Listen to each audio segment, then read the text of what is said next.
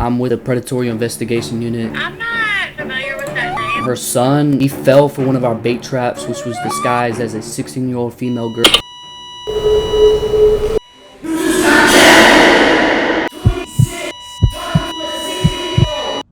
The furry community is very controversial and hated by many people, with there even being hate groups dedicated to eliminating furries. A furry is essentially an animal enthusiast who has costumes dedicated to role-playing as their desired animal. What you may not know though is that this community not only exists in real life, but on Roblox. Through the furry community's tendencies, does this really have a place on Roblox? Could this serve as a danger to children? These are the questions I will answer as I dive headfirst into this controversial Roblox community. Searching up furry on Roblox brings up a plethora of games, with a mix between hate games and actual furry community games, which have a terrible ratio of likes versus dislikes. Upon joining one of these games, it seems to be well made with a good populace of players. After entering the Clever Clover Cafe, I interviewed the people I found in there, including one of their Discord mods, and ultimately that being, Hey, what's your fursona? What up, Trex? What's your fursona? Do I look like a furry? Is your fursona a Confederate soldier? Bro, it's Union. Jax, I got a question. What made you join the community? I'm on mixed terms. Is it dangerous for kids to be in a furry community? No, unless they stray to the wrong side. Can you explain? I'm talking about the adult side. Am making a video. after getting banned for asking questions, I wanted to find out about this dark side. I proceeded to join their Discord, and for whatever reason, I had to apply to get in. Kidding me? What is a fursona? After questioning my life, I had to ChatGPT a fursona because I had no clue. Ember Swiftclaw, Arctic Fox, and Swift Cheetah hybrid. And finally, I decided to apply and didn't get in, so I had to become one with the furry. I did that by searching for actual fursonas, but weirdly, I couldn't find any, even on Reddit. So I just made up some bullshit about a cat, and I got in. Being curious, I searched up the word P, and there was a lot of chat about the higher-ups being involved with this sort of thing. So me being me, I decided to become big. I started off by joining their community games and going around to see if I could find anybody. Roses are red, violets are blue. I'm a lazy human, so no bio for you.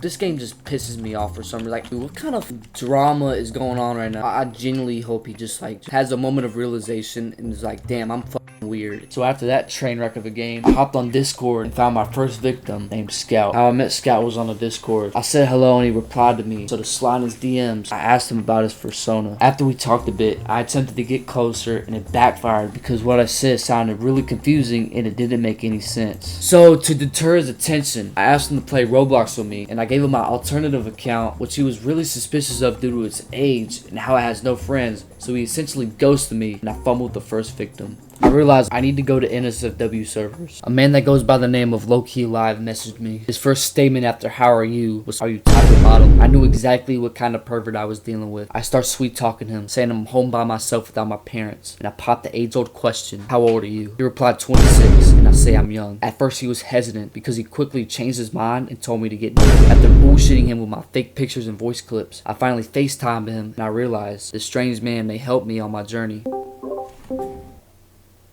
You just got catfished!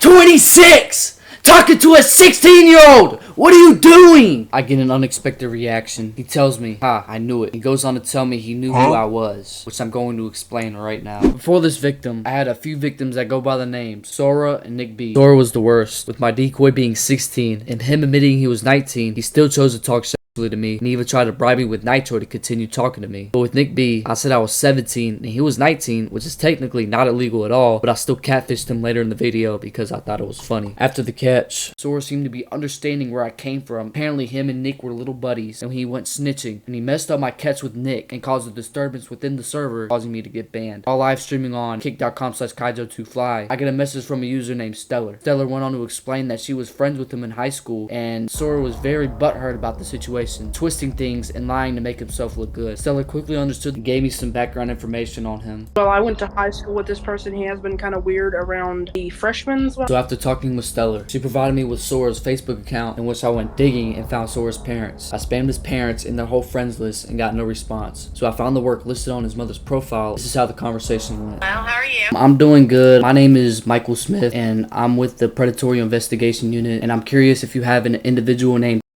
that works for you. And you're with who? The Predatory Investigation Unit. I'm not familiar with that name. Because her son, he fell for one of our bait traps, which was disguised as a 16-year-old female girl. Sometime after this letter, Stellar messages me and says she finally got Sora to talk. It appears my Facebook DMs have been working, as he noted it, saying he doesn't even trust his parents right now with any information. He also cracks and admits he was talking to a minor before me a few sentences later. You guys may think I'm being harsh, but in truthful I'm not. This is what leads to grown men talking to little 13-year-old girls. They're desperate. You can read the desperation seeping from Sora's conversation. It is absolutely revolting, and I would say sad, but just think, what if this loser got a hold of your daughter and did bad things to her? After that, I hatched up a plan to catfish Nick B once again. I go on his YouTube channel and find a linked Discord server where I join and start chatting up and easily sliding into Nick's DMs pretty fast. Nick was very suspicious in his DMs due to his past encounter with me, so I didn't pull the pedo catfish act per se, but I wanted him to know that I caught him again. I played Minecraft with him and was trolling him. I finally hopped on call for the big reveal. So, what's good? Let me take his bow.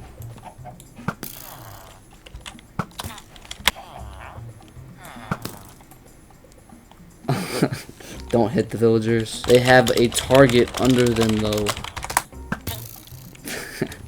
I keep missing the target though.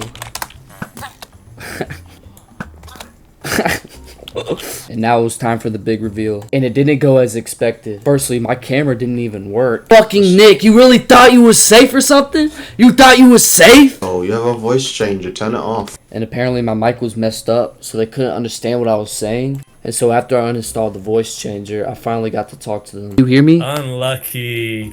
Unlucky. I told him his friend Sora was actually an EDP, and I brought Stellar in the call to prove it. After I sent all the receipts for Sora, Nick B actually turned out to be a pretty good guy once we settled our differences. And so the main idea of this whole video is please just don't talk to anybody under 18. Just don't do it. Damn.